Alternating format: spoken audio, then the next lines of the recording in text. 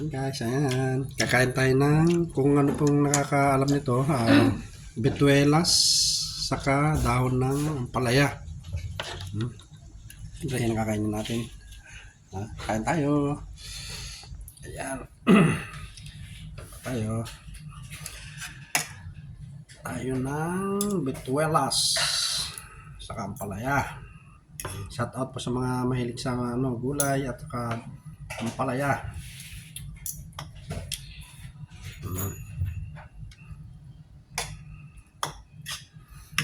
Pasensya na po kayo. Nagtataka po kayo siguro kaya daw gumagamit ng service food. Sarili ko na po ito kasi ako lang mag-isa. Tag-isa po kami. Kaya nila ako gumamit ng service food. Kung ano yung ginamit sa ginagamit ko. Kasi sarili ko lang naman po ito. Wala na po ibang gumukuha. Kain.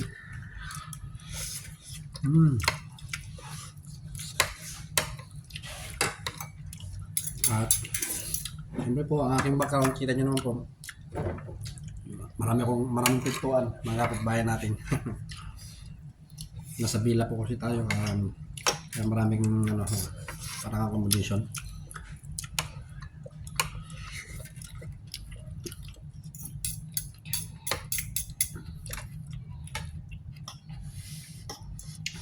Sarap yung ng palaya.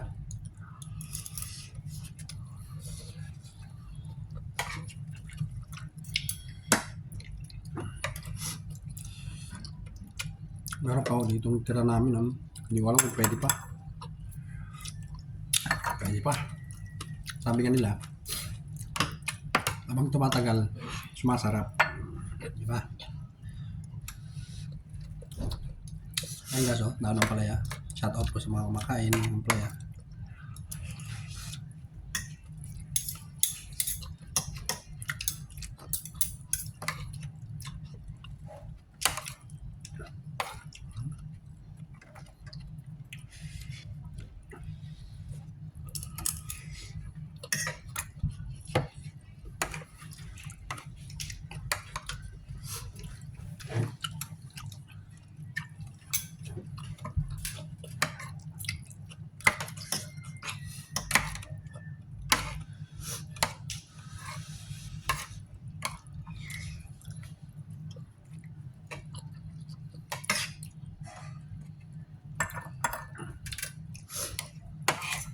Parang dumakain.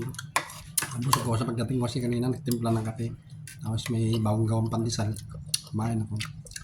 Parang busog ko. Pero kailangan natin kumain para hindi tayo magutom sa pagtulog.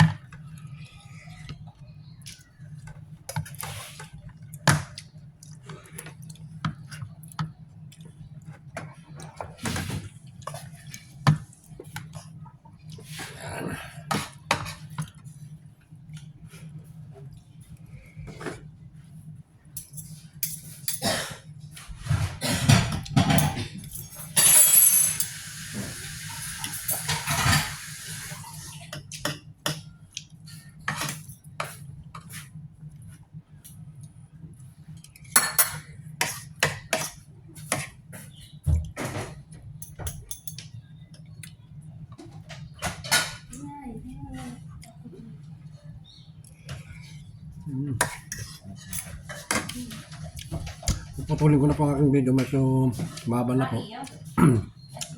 Tatapusin ko lang naman po ito. Ayaw ko na rin po mamaya. Hanggang dito na po ang video. Salamat. Bye-bye.